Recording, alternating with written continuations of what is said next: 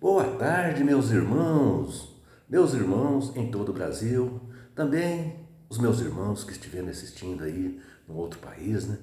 Uma ótima tarde, Deus abençoe a vocês, Deus abençoe a vida de cada um e Deus que pague vocês pelo apoio que vocês dão ao meu trabalho, né? Meus irmãos, eu vou fazer mais um vídeo aqui e queria pedir a você para dar aquele joinha para mim, né? Aquele joinha que é muito importante para mim, para o meu trabalho, né? Para que o YouTube recomende mais o meu trabalho para outros. Você que ainda não é inscrito no meu canal, ô meu irmão, dá essa força para mim aí, tá bom? E eu queria dizer para o irmão que é testemunha de Jeová, que estiver um pouquinho desanimado lá na seita, né? Para ele entrar em contato comigo, fazer para mim aquelas perguntas que ele gostaria de fazer para os anciãos e não pode, tá bom? E também queria dizer para aquele irmão que já foi testemunha de Jeová há muitos anos, já saiu, né? Mas lembra, né? Sente saudade de falar sobre Jesus, falar sobre a palavra de Deus, quer trocar uma palavrinha sobre a palavra de Deus, quer falar sobre Jesus, sobre o resgate de Cristo, né? Fale comigo aqui, tá bom? E também eu queria pedir para aquele irmão que já passou por uma seita, né? E teve ali uma decepção terrível e quer usar isso que aconteceu com ele, né? Para ajudar outros, para evitar que outros irmãos caiam nessas armadilhas dessas seitas, né? Então, o irmão talvez não sabe como que faz isso, o irmão não tem experiência para fazer com que as suas palavras se tornem conhecidas por mais pessoas, né? Ô meu irmão, faça um áudio aí e manda para mim aqui, no meu WhatsApp aqui, que eu faço um vídeo aqui contando a sua história, tá bom? Não precisa você falar o seu nome, não precisa você falar de qual cidade que você é. Eu faço um vídeo aqui que conta a sua história. Meus irmãos, eu queria falar o meu telefone, né? 99151-5617. O DDD é o 037 das Minas Gerais, uai, sou. Meus irmãos, eu gostaria de fazer uma pergunta para as testemunhas de Jeová. Vocês se consideram cristãos? Porque se vocês se consideram cristãos, vocês não podem ser testemunha de Jeová. E sim, testemunhas de Jesus. Bom, preste atenção, testemunha de Jeová. Aquelas palavras de Deus ali, registradas ali no livro do profeta Isaías, no capítulo 43, versículo 10, que vocês usam como base para dizer que vocês são testemunha de Jeová, aquelas palavras não foram escritas para vocês. Aquelas palavras foram escritas para a nação judaica. Aquelas palavras não têm nada a ver com vocês.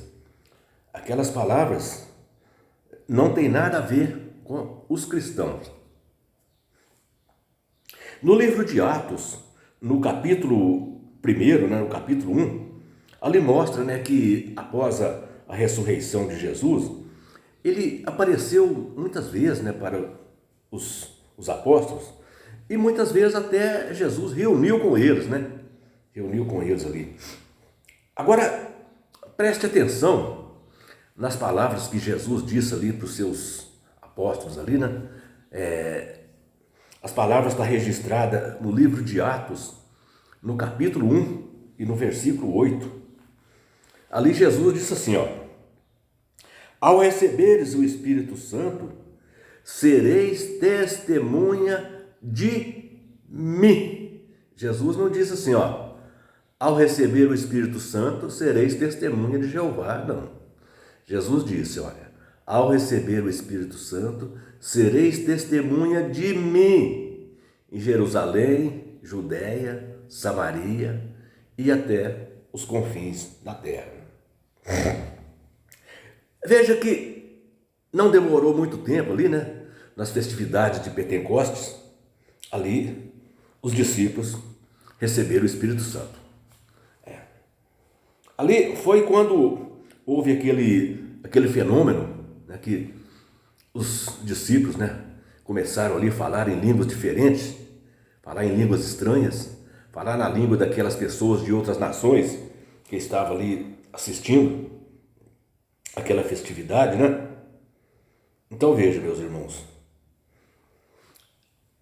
as pessoas começaram a pensar ali até que os discípulos estavam embriagados, porque eles passaram a falar em línguas estranhas, né? Mas o apóstolo Pedro fez um longo discurso. O apóstolo Pedro fez um longo discurso explicando que aquilo que estava acontecendo não era embriaguez, não. Os discípulos não estavam embriagados. O apóstolo Pedro disse que aquilo ali era cumprimento de profecias. Aquilo ali era o Espírito Santo que Deus prometeu para eles. Aquilo ali era cumprimento de profecia. Estava registrado no livro do profeta Joel, no capítulo 2, versículos 28 a 32. Estava registrado ali aquele acontecimento, né? Que o Espírito Santo seria derramado sobre os discípulos e eles falariam novas línguas. Dali em diante, os discípulos arregaçaram as mangas e pegaram firme ali na pregação, né? Na pregação do Evangelho, né? Agora, o que é que os discípulos pregavam? Os discípulos de Jesus, eles pregavam a morte e a ressurreição de Jesus e o arrependimento de pecados para a salvação. Eles diziam: arrependei-vos, dai meia volta, né? Então veja, meus irmãos, era isso que aqueles discípulos pregavam. Aqueles discípulos não pregavam nada do que as testemunhas de Jeová pregam, não. Então veja, a partir do momento que os discípulos de Cristo receberam o Espírito Santo, eles passaram a dar testemunho de Jesus. Os discípulos passaram a dar testemunho de Jesus. Preste atenção, meus irmãos. Ali nas festividades de Pentecoste, naquela ocasião ali que foi derramado o Espírito Santo, havia ali cerca de 120 discípulos, né? Mas não demorou muito tempo, 3.000 pessoas foram batizadas. Então, mostrando ali que após o derramamento do Espírito Santo sobre aqueles discípulos, a obra de Deus ali foi abençoada ali, né? E muitas pessoas começaram a ser evangelizados. Daí em diante, o número das pessoas que foram aceitando Jesus como seu Senhor e Salvador foram só aumentando. Pedro e os outros pregavam, como eu disse, a morte e a ressurreição de Cristo e o arrependimento dos pecados para a salvação. Agora veja, meus irmãos, no livro de Atos, no capítulo 2, versículo 31, veja as palavras do apóstolo Pedro. O apóstolo Pedro diz: prevendo isso, referindo-se à ressurreição de Cristo, que não foi deixado na morte e nem seu corpo experimentou a corrupção. Então o apóstolo Pedro mostrando ali que a ressurreição de Jesus foi a ressurreição no corpo. O corpo de Jesus foi ressuscitado. Jesus não ressuscitou em espírito, conforme as testemunhas de Jeová afirmam, que Deus criou um corpo para Jesus. Não. O corpo de Jesus foi ressuscitado. Amanhã eu vou fazer um outro vídeo explicando essa ressurreição de Jesus no corpo. Foi o corpo de Jesus que ressuscitou. Jesus foi ressuscitado no corpo. Não foi um espírito. Não foi um espírito, conforme as testemunhas de Jeová dizem, não. Então vejam, meus irmãos, todos ali pregavam a fé em Jesus. Todos os discípulos ali pregavam que deveria ter fé em Jesus. Por exemplo, eu vou citar um exemplo aqui para vocês verem. O apóstolo Pedro, no livro de Atos, no capítulo 4, no versículo 12, o apóstolo Pedro disse ali que não há salvação em nenhum outro que não seja em Cristo. Não há salvação em nenhum outro que não seja Cristo. Então não adianta você buscar ninguém para se salvar. Você tem que buscar a Cristo. É por isso que Cristo disse: eu sou o caminho, a verdade e a vida.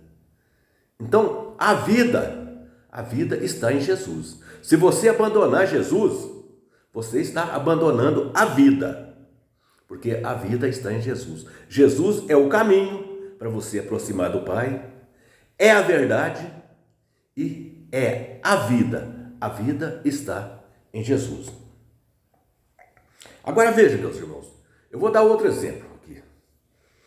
O apóstolo Paulo e o discípulo Silas, né? Eles foram perguntados por um carcereiro, né?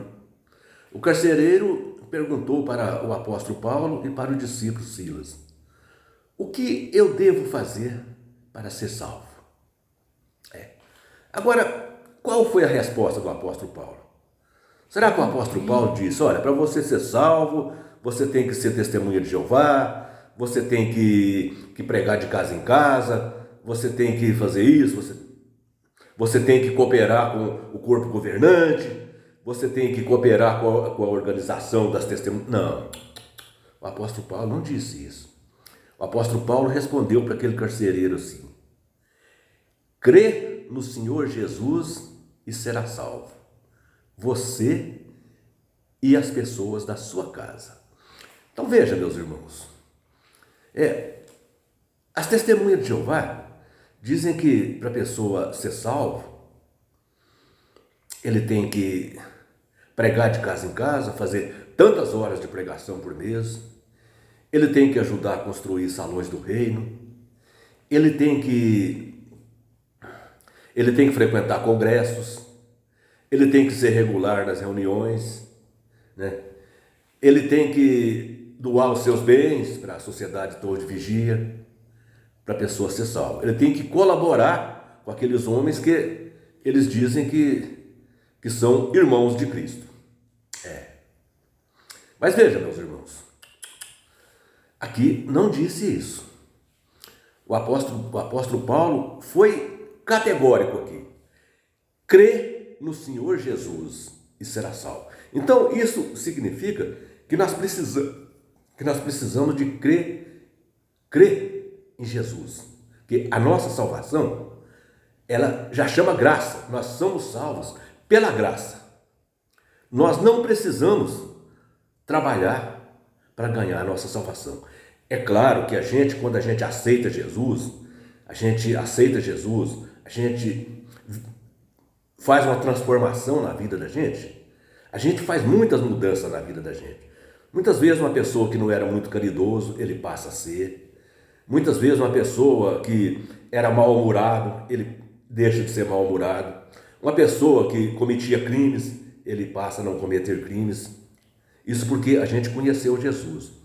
Mas a nossa salvação é pela graça. Nós não temos que comprar a nossa salvação.